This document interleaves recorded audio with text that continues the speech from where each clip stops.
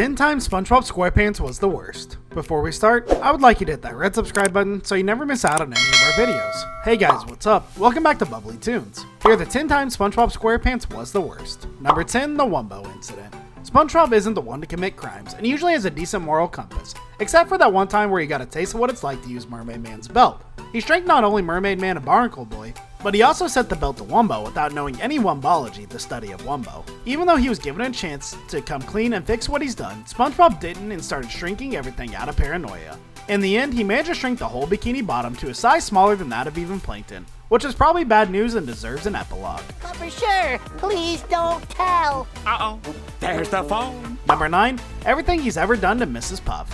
What did SpongeBob do to Miss Puff that was so bad that just mentioning her name here is already well understood? Everything. Even the simple act of stepping his shoes inside of her boating school was enough to make Miss Puff's life a living hell. In fact, it even got so bad that SpongeBob managed to destroy Mrs. Puff's boating school. There was also an episode where Miss Puff landed in jail because of SpongeBob, which may well have been a blessing in disguise, as it granted her temporary reprieve from her least favorite pupil. I'll change it! SpongeBob, hurry! Number 8, kidnapping everyone in Bikini Bottom. Being whisked away in your sleep in a net and then brought to a space shuttle is quite the nightmare, and one never expects that perpetrators to be oblivious dunces who thought they landed on the moon, which looks exactly like Bikini Bottom. Then again, here we are. It was merely SpongeBob and Patrick who thought that Bikini Bottom residents were aliens. If that's not bad enough, they thought the aliens were creatures to be abducted and brought back to a laboratory for study. We blame Patrick. Hale was abducted by Sheldon Plankton and sent to the Lost City. Number 7, abusing Mermaid Man's generosity. Apart from Miss Puff, Mermaid Man is also another Bikini Bottom citizen that SpongeBob loves to pester inadvertently. Next to the Wumbo shrieking belt, SpongeBob also got a conch signal that allowed him to call upon the superheroes, and for them to respond to a distress call instantly. Being their number 1 fan, SpongeBob is overzealous and started calling them for every big and small errand he has.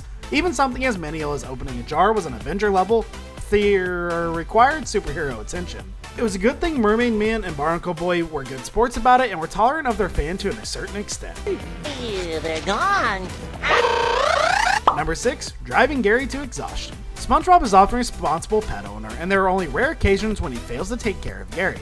In one episode, however, he pushed his luck too far and thought he could turn a snail into a greyhound.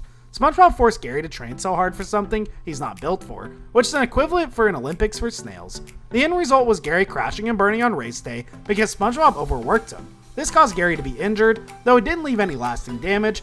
At the very least, SpongeBob learned a valuable lesson that day and took better care of Gary. Boulder needs plenty of open, obstacle-free space.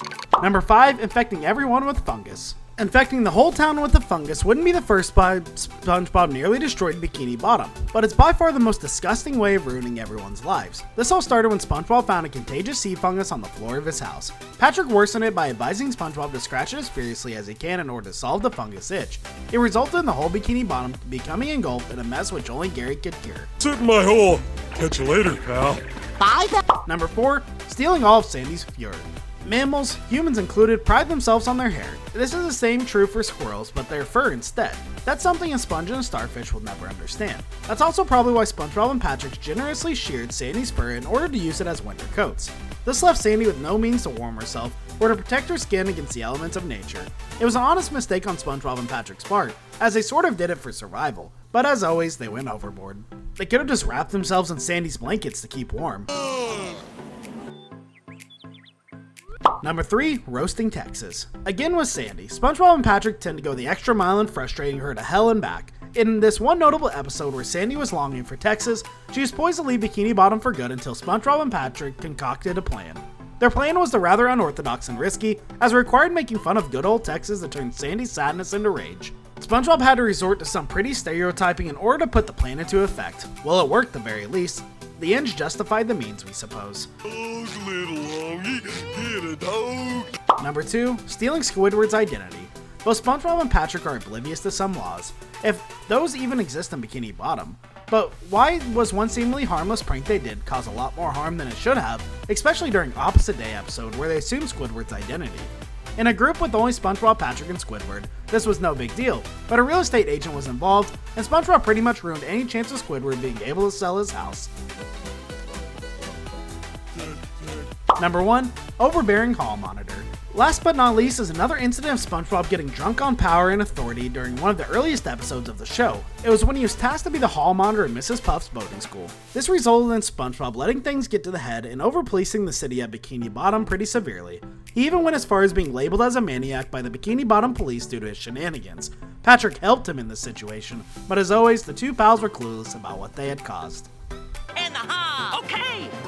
Just take that. This brings us to the end of our video. I hope you enjoyed it. Hit like if you did, and don't forget to subscribe to our channel so you don't miss any of our videos in the future. Also watch the next two videos that are on your screen because I'm sure you'll love them. With that, I'll see you in the next video.